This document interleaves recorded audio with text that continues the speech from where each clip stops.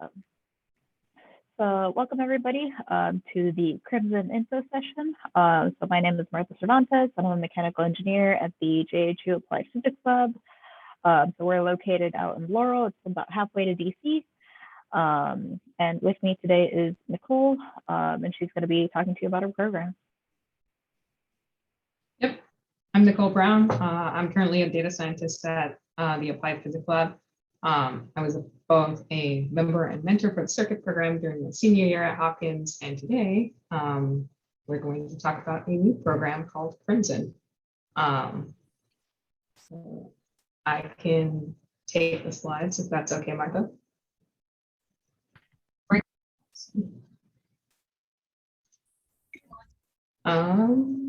Oops, didn't need to hit that just yet. So before I move to the next slide, what does Crimson stand for? It stands for Cohort Research Investigating Microscale Optimized Networks. So what does that mean? There's a lot wrapped up in that term, but all of it falls under the umbrella of Connectomics, which is the study of connections in the brain. And if you create a graph of all of those connections in the brain, you would get a connectome. One such connectome that we've been building and proofreading is the mouse visual cortex. And to build that connectome requires petabytes of electron microscopy data so that you can see the individual connections between each neuron in that part of the brain. So all of a sudden you have this huge interdisciplinary problem that involves computer vision to build the algorithms to find these connections. You have like data science problem involving storing and querying such a rich data set. And of course, this is a neuroscience or like a neuron anatomy problem, because you actually have to identify the types of neurons and supporting cells that you see in those images. So all of these pieces work together to build this data set. And we'd love to have you all work on it, improve it, research on it with us. So that leads us to kind of a description of the program itself.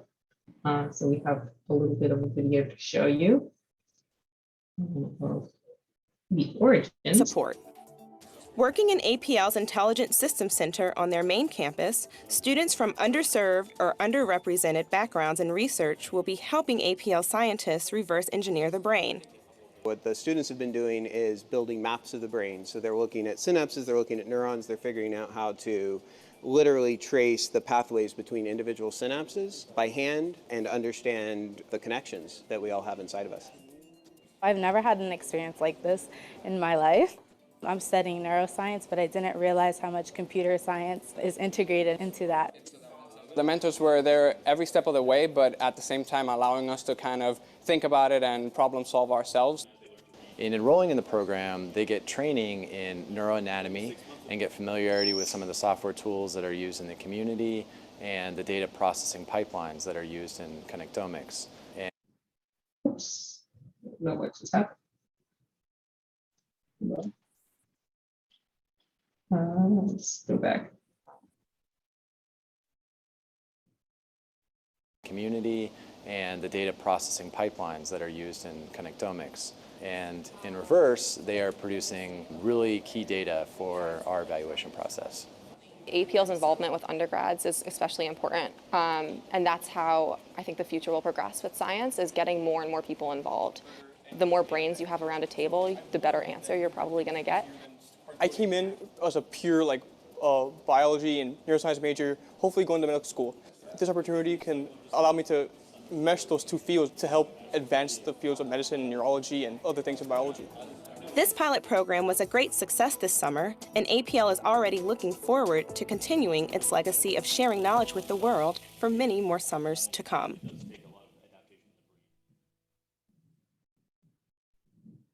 So that is the origin story. And so here is a further kind of more detailed breakdown of that program. So we are here. I don't know if you can see my pointer, but we are at the recruitment stage. We do holistic recruiting, so we're not just looking at your GPA or your majors. We're looking at like your interests overall and all of your past experiences.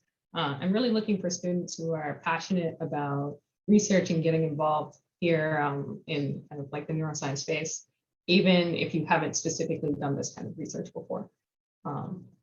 And to continue in the fall, we have the exact timeline like later on in the slide, but we have like proofreading training. So this is 12 hours a week, and you'll be learning how to proofread some of the data we already have for the mouse cortex connectome, and that continues into the winter. So that includes all of intercession, full-time, and by the end of that, you'll be ready to work on this data set. So in the spring, your time becomes split between kind of data science, more research-oriented training, and continuation of those proofreading tasks. And by summer, this is really like the bulk of the internship. You'll be spending like 13 weeks full-time at APL. So it is a hybrid program, but we're hoping for this section that it will be on site, of course, pending CDC guidelines, the pandemic and all of that. And during the summer, alongside proofreading, you'll have the chance to work on a neuroscience-oriented research project. You'll participate in technical courses that will like sharpen your skills in things like machine learning, data science, and you'll have the opportunity to hone your leadership skills as well with classes on scientific communication, of like networking opportunities and the like.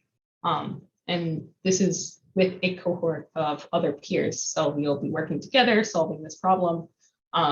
And you'll also be working with one or more mentors at the Applied Physics Lab.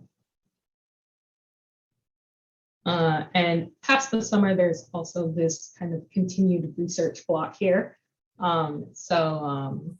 We may have the opportunity to essentially continue into the next fall and spring semester after the summer. And that can be kind of a continued opportunity to finish up whatever research project you started during the summer, continue working with your mentors and kind of wrap up for credit.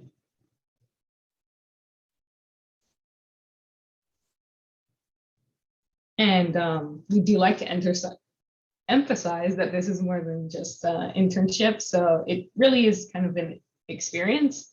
As I mentioned, you all have kind of like these technical courses and professional development experiences that we hope make you a better researcher. And hopefully you'll be like capable of working at APL or going on to grad school or going to like other kind of places like Google. And the experience is also meant to build like your team working skills. So your ability to work with peers, because that's kind of what you'll end up doing in the real world. The research projects themselves are also their real problems. So your mentors may not know how to solve this problem, but the hope is that by the end of the summer, you've done something novel and you've actually had an impact in the space you're working in.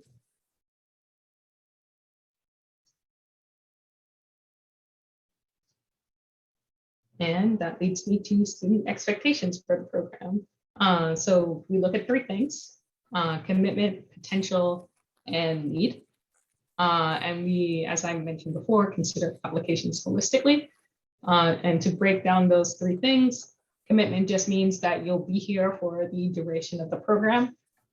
So it is a fall, a spring, and a summer, and you have to commit to all of that.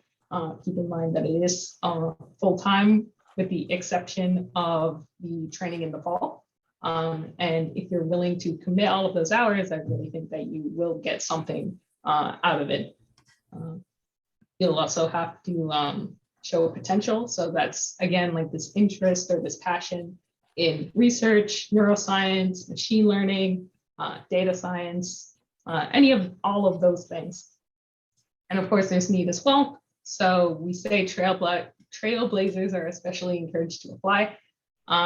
We define trailblazers as students who are from underrepresented or underserved backgrounds. So that could be women in STEM, that could be related to income, related to race, or just someone who hasn't had the opportunity to do this kind of research before.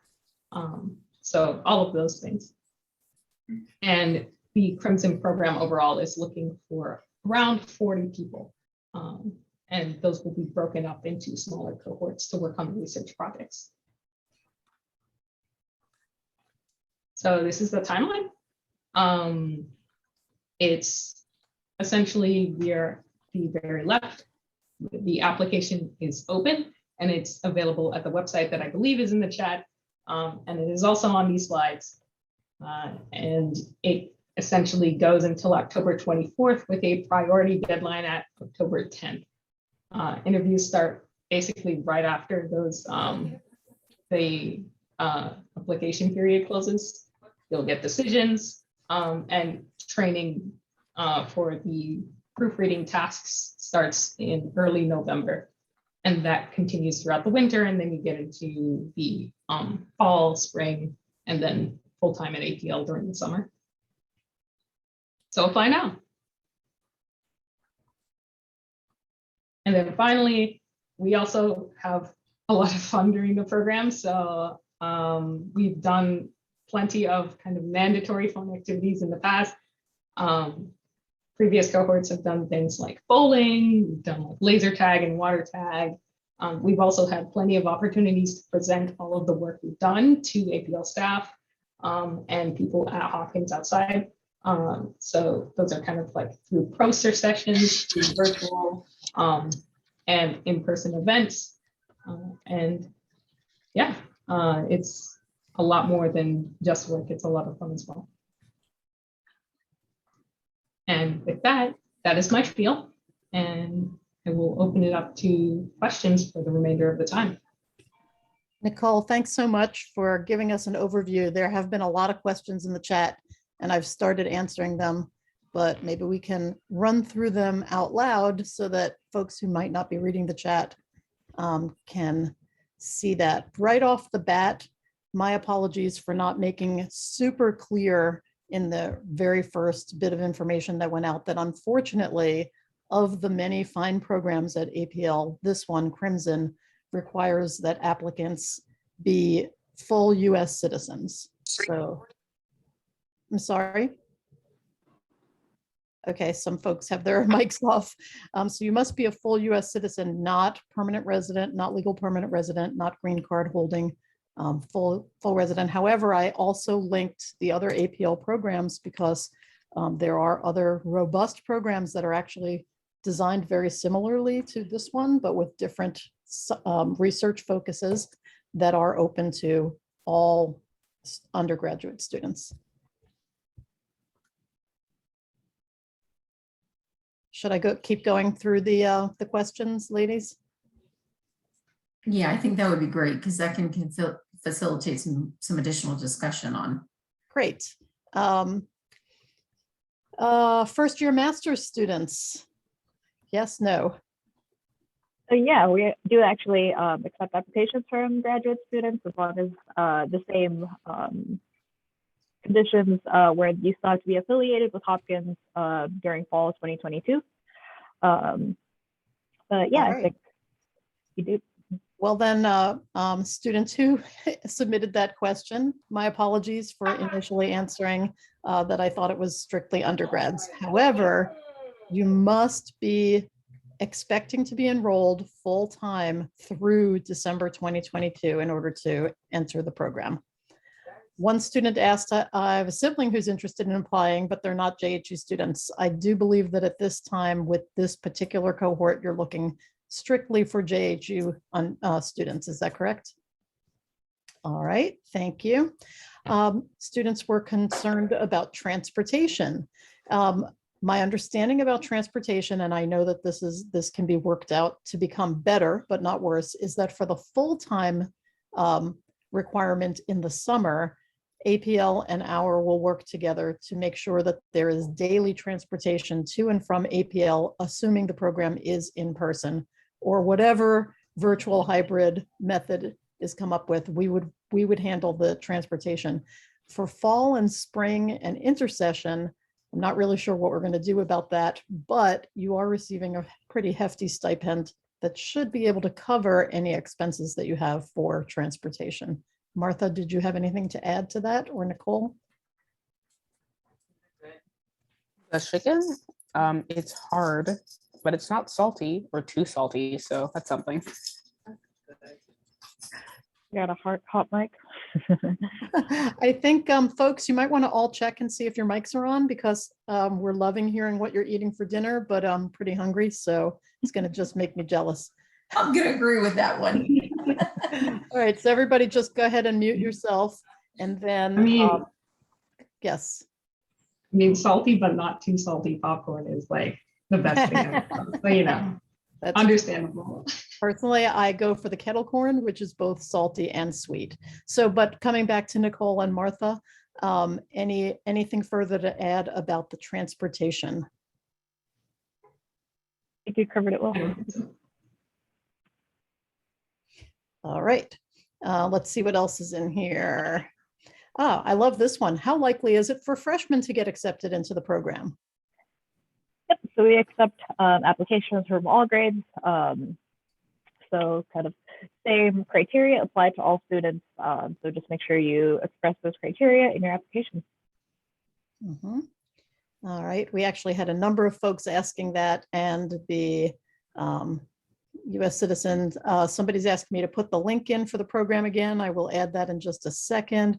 Will we be able to find a recording of this? Yes, the session's being recorded, and we're going to have another session on October 6th, I believe at 7 o'clock. I'm not certain, but check your email for that.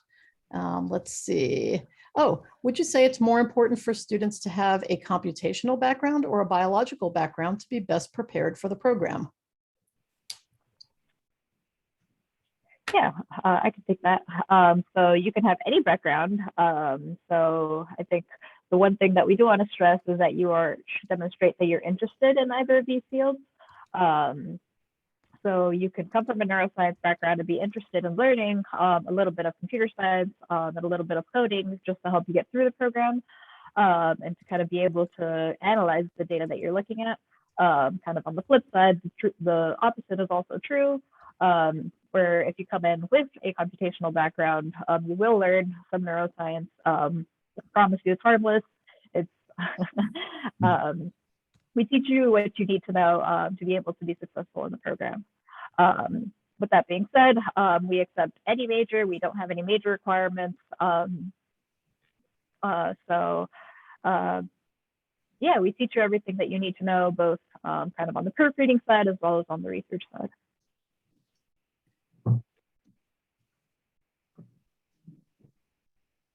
Deborah, you're muted. I think you're muted. Some other questions in the chat. I guess that means that while I was typing away before I was unmuted. Sorry about that. These two go together. Is the training during the school year at specific times, or do you do it whenever? And can you explain what the likelihood is for virtual versus in-person during the school year? Yeah, so some of the details are still to be determined. I think for the most part during the school year, with the exception of intercession, a lot of the time will be spent on your own time. So it's not like scheduled 9 to 5 or what have you. So we give you the tracing assignments and you complete them whenever you have time. Just make sure we give you kind of an hourly requirement for the week. And once you fulfill that hourly requirement, you're done for that week.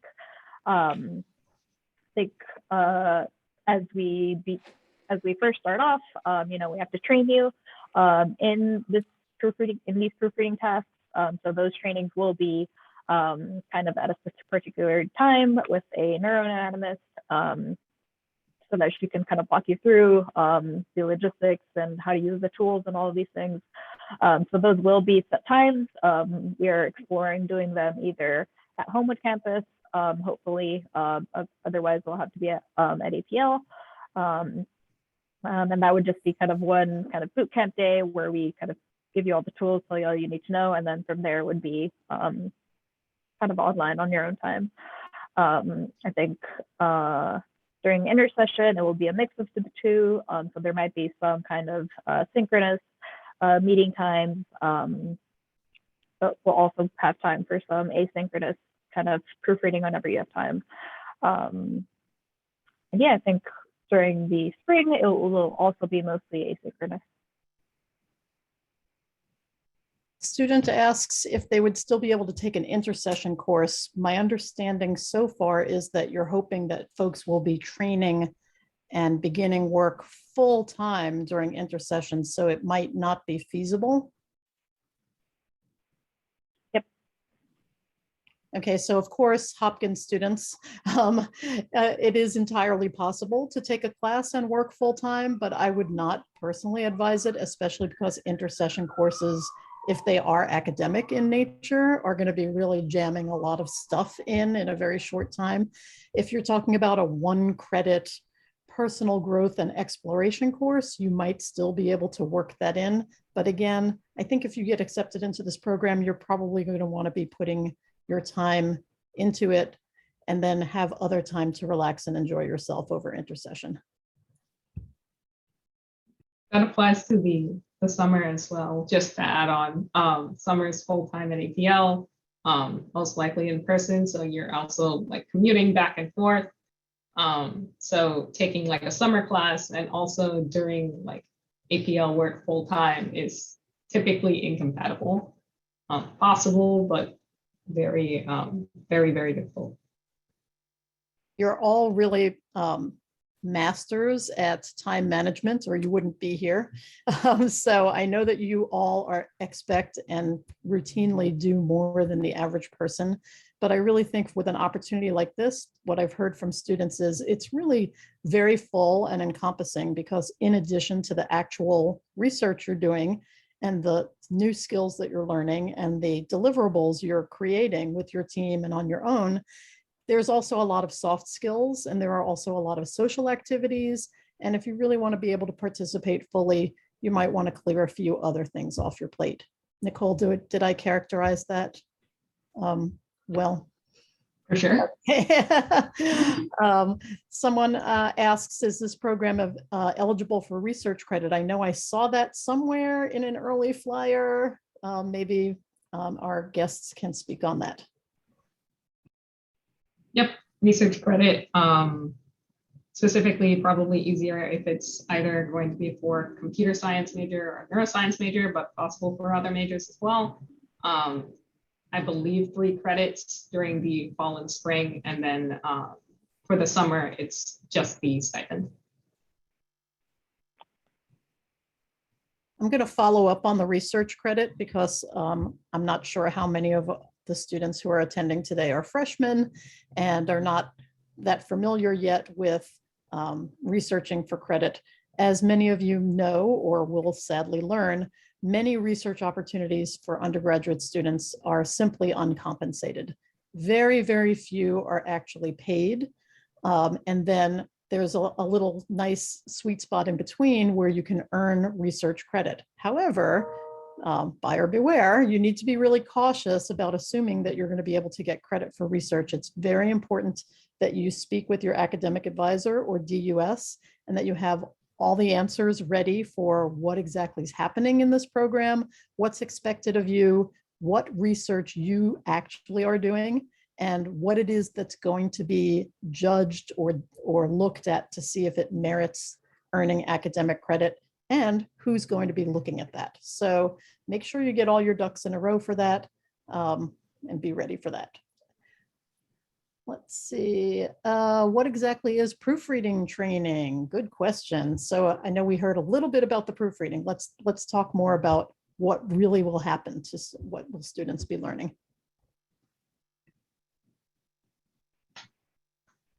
Nicole, you did it more recently. Yeah, I can take that.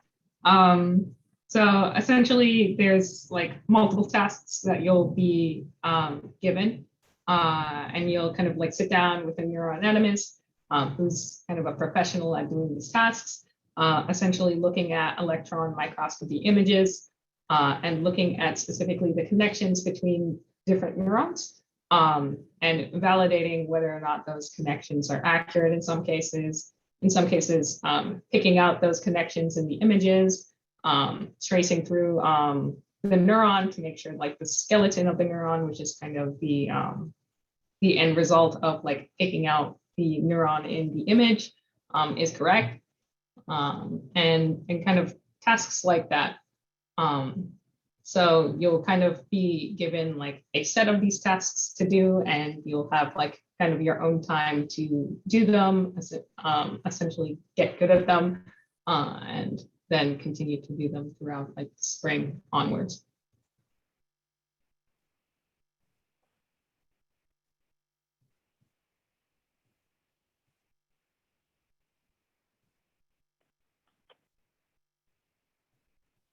I think you're muted again, Deborah. Thank you for letting me know that.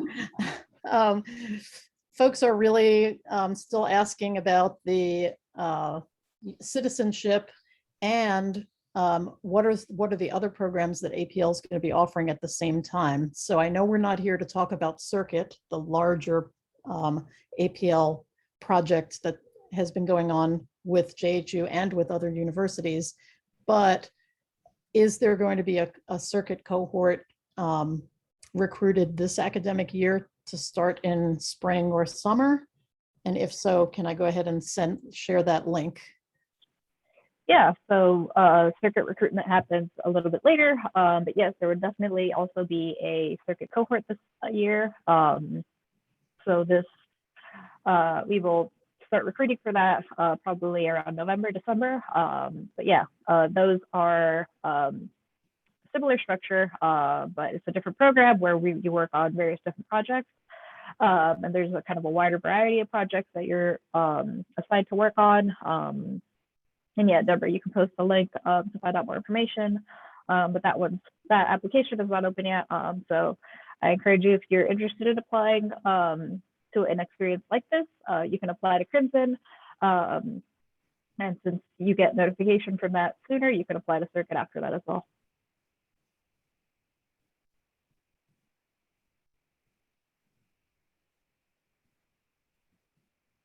Where will students be able to find recordings of this session? Will it be posted on the Crimson page?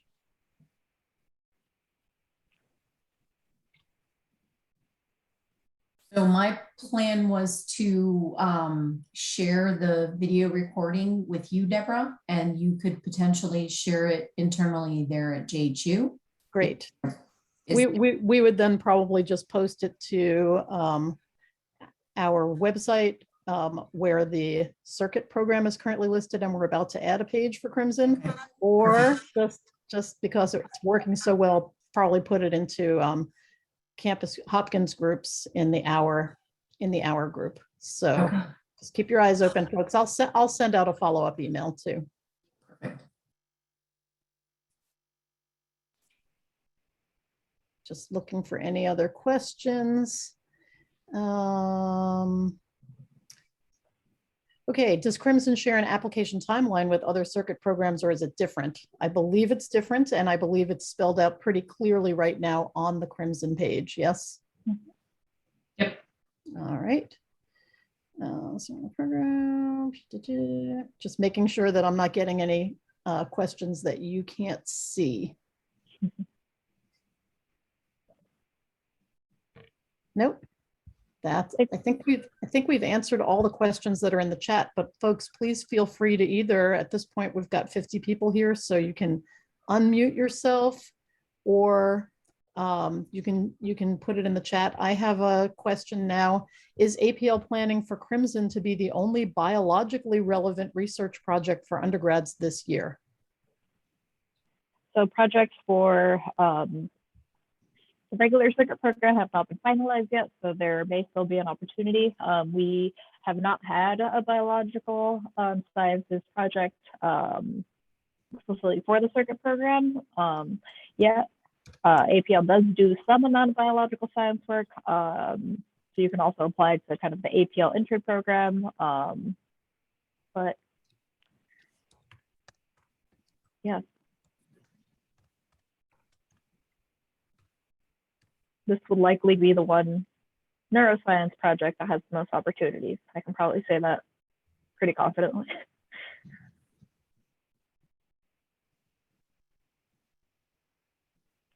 Deborah, you're muted again.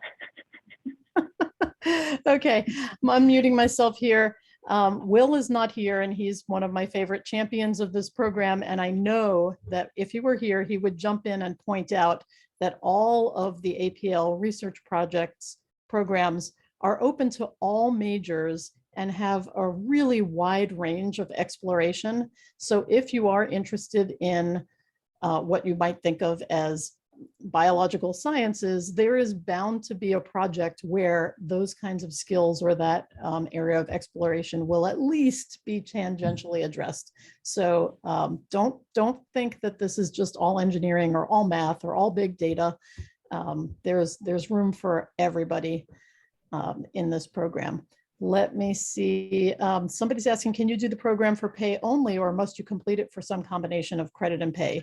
There is no requirement that you seek academic credit by participating in this program. It's just that many students often would like some academic credit, or they're required to have some academic credit and feel that, well, since I'm doing this, I might as well kill two birds with one stone. So you absolutely do not have to apply for academic credit. All right, 2 questions. Are there opportunities for students to be involved in publications or poster presentations? And who are the mentors? Are they faculty or graduate students?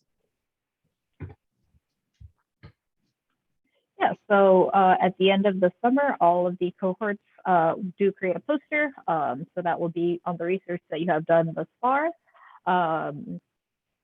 Nicole, I don't know if you want to go back to the timeline real quick, but after the end of the program, there's also potential opportunities to continue working for research credit the following school year. So that would be fall 2022. And you can continue working on your research and try to work towards a paper. So if you find that you really love what you're doing over the summer, you really want to continue working on it, we do have opportunities available for students to continue working on that project for research credit, or depending on a whole bunch of things, for pay potentially. But there is an opportunity to continue working towards a full paper, because it's usually not likely that you're able to finish a whole paper during just the summer. So there is an opportunity to continue working after the program towards a paper. I think, what was the other question on who are the mentors? Who are the mentors? So those will be APL staff. So we have a lot of early career staff as well as mid, senior level career staff, all who will be working on the called the Microns project. I posted a link to that in the chat somewhere, but I can post it again. But that is kind of the umbrella that Crimson falls under. It's this big kind of Connectomics project, and all these APL staff are working on that project, and they will be your mentors. This one I'm just going to answer out loud. I hope that I didn't commit a typo and say that the priority deadline was October 1st. The priority deadline for this program, Crimson, is October 10th, and the full deadline is October 24th. If I put the first somewhere, my apologies. Is the initial training during November done in person? So there might be, as I said, a couple of like boot camp days where we have kind of a few hours to really get you spun up on kind of neuroanatomy and your proofreading tasks and what those are going to look like. And we expect those to be at Homewood. So that would kind of alleviate any potential transportation issues. Right. I answered a question in text about doing this program at the same time as another hour research program. Yes, it's certainly allowed. And by another hour research program, I assume the student is talking about having received funding to do independent research using Pura or summer Pura that may be carrying through, or participating in the BDP program. For Pura, or maybe one of the Krieger grants for independent research, probably you would be able to navigate working on both. It would get tight when you're doing the full-time components. If you're receiving a summer BDP or a summer Pura, though, you're expected to be working on your research for that. So I would say that those would be mutually exclusive. Great. Let's see, have I missed any questions? Folks, if I have missed any of the questions in the chat, which is very robust, and I'm excited about that, can you either type it again or just unmute, because we are at 6:09, we still have plenty of time, but folks are starting to leave, and I want to make sure that I don't miss anybody's questions. Yeah, feel free to raise your hand or just speak up, please. And if folks have other questions that don't get addressed today, should they reach out, Martha, to you? I believe you're the contact person on the Crimson page. Yes, yeah, you can feel free to reach out to me, and I can route it to whoever needs it. Great. And You're also all welcome to be in touch with me, and the easiest way to find me is our@jhu.edu. But when it comes to this very new program, I'm unlikely to have the answer, and instead I would end up forwarding your email to Martha, Nicole, Shannon, any of the other wonderful people. All right, we do have a question coming in. In order to join, do we have to participate across all 4 seasons? I'm thinking the answer is yes. And by 4 seasons, we mean what remains of this fall when the initial training starts, intercession, spring of 2022, and summer of 22. Yep. And there's also like the additional possible potential to go into the following fall and spring after that summer session as well. Student asks, the deadline for research credit for this semester is around the same time as the deadline for dropping courses, mid-October. If the Crimson decision notification is in early November, will we still have the opportunity to get credit for this fall? Well, first, no, you would be too late. I really want to drum it into folks that you should be lining up your approvals for research credit the semester before you actually hope to get credit for your research. I apologize if the sirens in the background are loud and disturbing.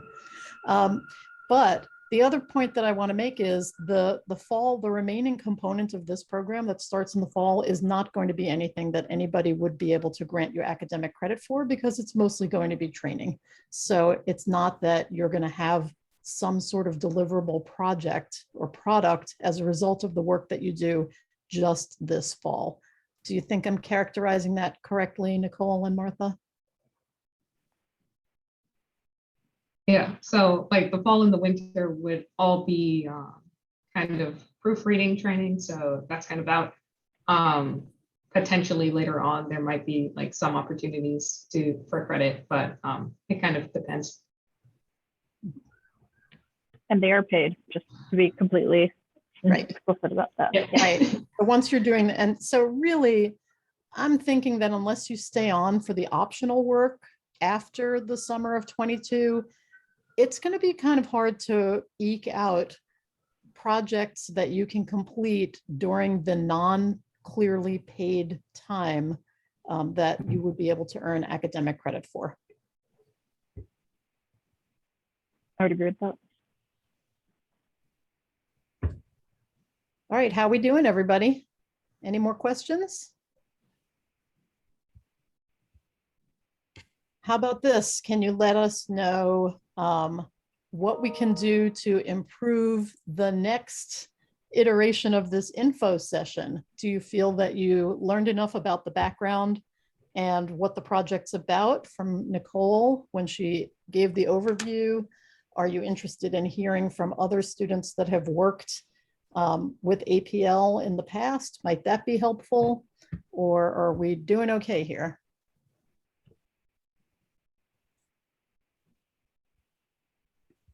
Well, I'm not seeing a whole lot of sad faces. Hearing from other students would be beneficial. So even though this is the inaugural of this program, it is pretty similar in terms of the structure to the overall circuit program. So maybe we do want to bring a student or two in for the next info session. We'll make a note of that. Thank you. All right, it looks like our students are leaving. Oh, good. We're doing great. You're very welcome. We're really excited that so many students came. I super appreciate the folks from APL, Shannon, Martha, and Nicole, being willing to come at a time when students are available, which is most often in the evenings. We haven't committed to a weekend time yet. I know that's even better, but please let your friends know. Please check out the website. Consider applying. If you start your application and you have questions, be sure to contact Martha at APL. And I know that they're really looking forward to seeing some great applications.